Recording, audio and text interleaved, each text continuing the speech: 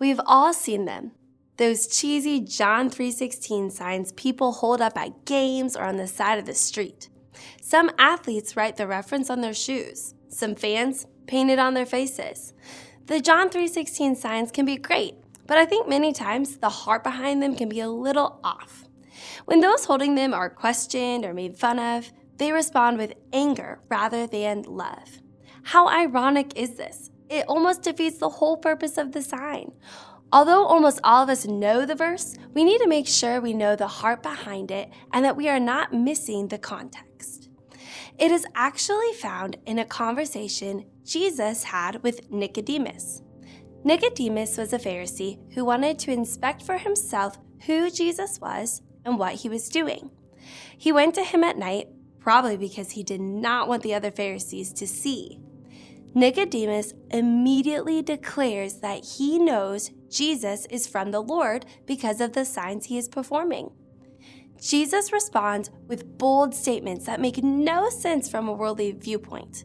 He tells Nicodemus that he must be born again to go to heaven. Naturally, Nicodemus questions that because if you're thinking physically, that is weird. As Jesus answers, Nicodemus continues to question, and eventually he shares with Nicodemus the following message. No one has ever gone into heaven except the one who came from heaven, the Son of Man.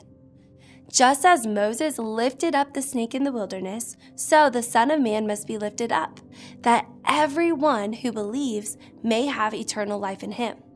For God so loved the world that he gave his one and only Son, that whoever believes in him shall not perish but have eternal life.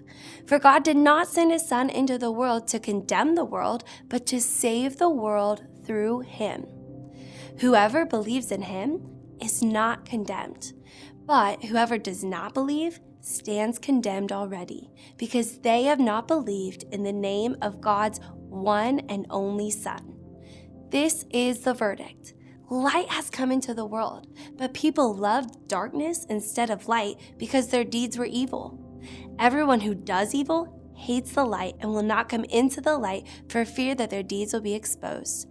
But whoever lives by the truth comes into the light, so that it may be seen plainly that what they have done has been done in the sight of God. Nicodemus got to be on the receiving end of a statement filled with the intensity of God's love and the fact that he was willing to give his beloved Son for sinful men. We also see that those who believe in him no longer stand condemned. They are living in the light. Those who do not are living in darkness.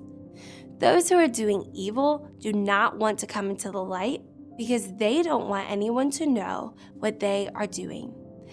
This may be why some people can be so mean toward those living in the light. That is why they may respond in anger when you share the gospel. But God so loved the world that anyone who believes in him may receive everlasting life. That is why, regardless, we are called to shine our light. That way, those living in darkness can come into the light and no longer be condemned.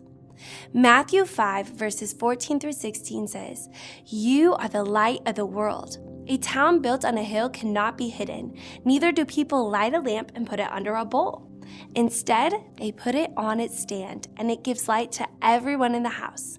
In the same way, let your light shine before others, that they may see your good deeds and glorify your Father in heaven." Living in the light means shining it even though we may receive hate. It means being light to those in the darkness, and we do this by being in the world and by living in godly character. Living by the fruits of the Spirit: love, joy, peace, patience, kindness, goodness, gentleness, and self-control. We live in the light by interacting with the world, knowing we're not responsible for others' actions, but we are responsible to bring the good news. For God so loved the world that anyone who believes in him may receive eternal life.